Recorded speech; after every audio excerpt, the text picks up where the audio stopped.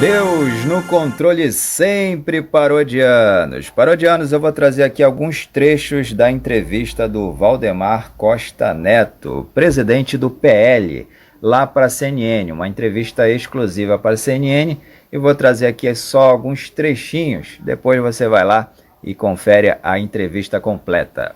Parodianos, aí a nova logo do PL, ele mostrou aí a nova logo do PL, e também falou sobre Bolsonaro ficou dentro da lei e dentro das 4 linhas da Constituição. Teve uma advogada, por exemplo, que chegou para mim no aeroporto e falou assim: eu sou advogada, queria entregar isso para o senhor. Eu falei: pois não, queria que o senhor lesse com carinho. Me entregou um envelope fechado. Quando eu chego, era uma proposta para derrubar o governo. Isso aconteceu, tudo isso aconteceu depois do segundo turno, antes da posse do Lula. Muita gente me cercava no aeroporto e falava: vocês não vão tomar providência? Vão deixar o Lula assumir? Eu falava: não, o pessoal está estudando, está vendo, para dar atenção para o pessoal.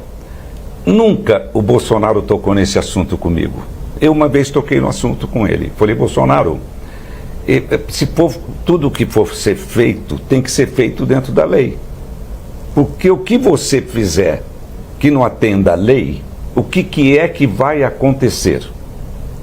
Nós vamos ter todos os países contra nós, a nossa economia vai para o espaço e o governo junto.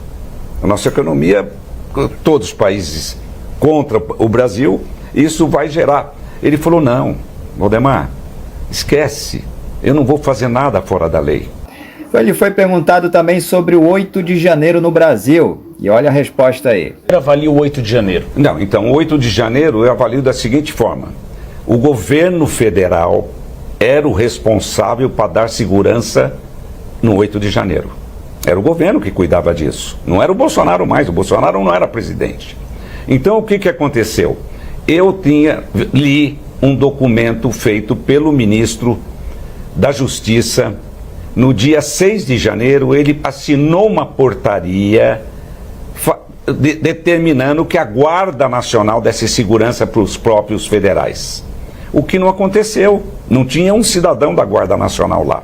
Quer dizer, aquilo aconteceu porque não tinha a segurança que o governo deveria ter dado lá. Vamos lá, radical tem em todo lugar.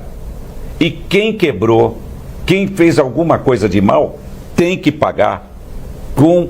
Eles têm que ser rigorosos com essa gente. O senhor não acha que o silêncio de Jair Bolsonaro e o discurso golpista de integrantes do ex-governo não influenciaram essas pessoas ou estimularam elas? Não, o silêncio do Bolsonaro inclusive aborreceu esse pessoal que estava... Porque veja bem, quem estava aqui em frente, o Exército, quem estava em São Paulo, em frente ao Exército, a maioria era composto de famílias.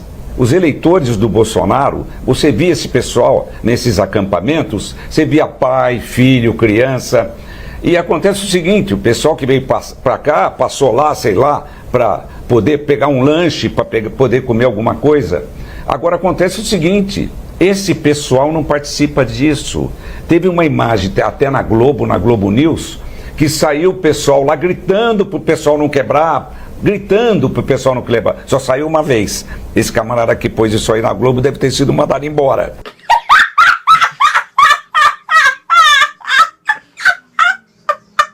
Porque não saiu mais essa imagem. Nunca mais saiu essa imagem. O pessoal que estava aqui, 99% do pessoal que estava aqui aquele dia, no 8 de janeiro, eram famílias, eram gente de bem.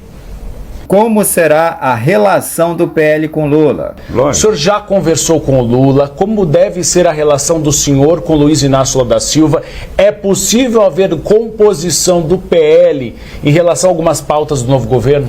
Não, algumas pautas sim. O que for de interesse público, o que for bom para o país, nós vamos votar a favor. Nós não queremos fazer uma oposição radical. Nós temos gente, esses radicais não querem que o país vá mal. Qual a nossa obrigação? Fiscalizar o governo federal. Fiscalizar. O que for de interesse do país, que eles apresentarem, nós votaremos a favor. O senhor conversou com o Lula depois da eleição? Não conversei. Conversei antes. Agora, se eu conversar com o Lula, o pessoal daqui da da direita aqui me fuzila, me mata. Mas o senhor pretende conversar com ele ou não? Não, não pretendo. Não pretendo porque nós vamos dar trabalho para o Lula. Nós vamos ficar fiscalizando o Lula. Hoje eu estou vendo que o Lula está raivoso. Ele está atacando o Michel, ataca todo mundo, ataca o Bolsonaro. Tem que tocar o país para frente. Ele falou também sobre a imprensa e por que Bolsonaro não foi reeleito. Não, o Bolsonaro vai ser um forte candidato nas próximas eleições, eu não tenho dúvida disso. O Bolsonaro só não foi eleito pelos erros que ele cometeu no começo do governo, quando ele estava sozinho, só apoiado por generais, o Santos, Cruz lá. Quer dizer, arrumou uma encrenca com a imprensa, ele ficou 4 anos abaixo de pau. Você pegava a televisão, cacete no Bolsonaro. Agora vamos lá. Qualquer criança que fosse fazer uma campanha contra o Bolsonaro ia pôr as manifestações dele da pandemia. Aquilo foi mortal. O Bolsonaro ganharia a eleição no primeiro turno se não tivesse errado no primeiro ano e meio. Ganharia a eleição no primeiro turno com tranquilidade. O Lula teve uns 20% dos votos que ele teve, é de gente que odiava o Bolsonaro. Ele tem consciência dos erros que ele cometeu nos 4 anos? Eu tenho a impressão que tem, porque ele não cometeu mais depois. Ele evitava. Porque ele cometeu, esses erros eram imperdoáveis, porque o povo não perdoou ele. E isso não foi milhares de pessoas. Parodianos, temos que lembrar o seguinte, que nesta campanha suja do PT, rolou muita fake news, mas foi uma enxurrada de fake news em cima do governo Bolsonaro. Chamaram ele de tudo, né? Isso pode, mas não pode chamar o presidente hoje que está no poder de algumas coisas que ele fez. É proibido. Bom, parodianos, temos que lembrar que Bolsonaro acertou e muito, que o povo iria passar fome se ficasse todo mundo em casa. E ele foi criticado. E o que aconteceu? Muitos passaram necessidade. Nunca na história desse país teve tanto auxílio como este do governo Jair Messias Bolsonaro. Isso é um fato que deixa a esquerda doida. E o que resta pro Lula? O que resta pro Lula é espalhar fake news lá fora. Dizer que o Brasil está na 13ª economia do mundo, né? Que sabemos que está na 9ª economia. Ele diz lá fora que no governo dele ninguém passava fome, né? Ele falou que no final do governo dele ninguém passava mais fome, e é uma fake news. Ele falou que recebeu um país quebrado. Já que ele acha uma dificuldade de falar a verdade, a única coisa que resta para o Lula é a sua companhia, a mentira. A mentira acompanha o Lula para onde ele vai. Parodianos, o Bolsonaro falou o seguinte, que a economia tem que andar junto com a saúde. E o que aconteceu? A economia sofreu bastante, e só não sofreu mais porque estava lá o Paulo Guedes com o Bolsonaro vendo o que poderia ser feito pelo país. E vimos que deu certo, né? O Brasil foi um dos países que mais se destacaram na economia nesta pandemia. E para finalizar, parodianos, Bolsonaro vai morar em Brasília. Já está alugado a casa e ele vai para Brasília. Casa, para encerrar, ele deve morar, Jair Bolsonaro, aqui no Distrito Federal ou Rio de Janeiro? Distrito Federal. Já tem casa alugada? Ele me falou que tinha alugado uma casa. Distrito Federal. Eles vão trabalhar aqui. Eu preciso deles aqui. Rogério Marinho, amanhã haverá o lançamento do bloco Republicanos PP-PL. Isso. Só que nós temos o nome do atual presidente do Senado Federal, Rodrigo Pacheco, que tem já um bloco partidário mais forte do que Rogério Marinho.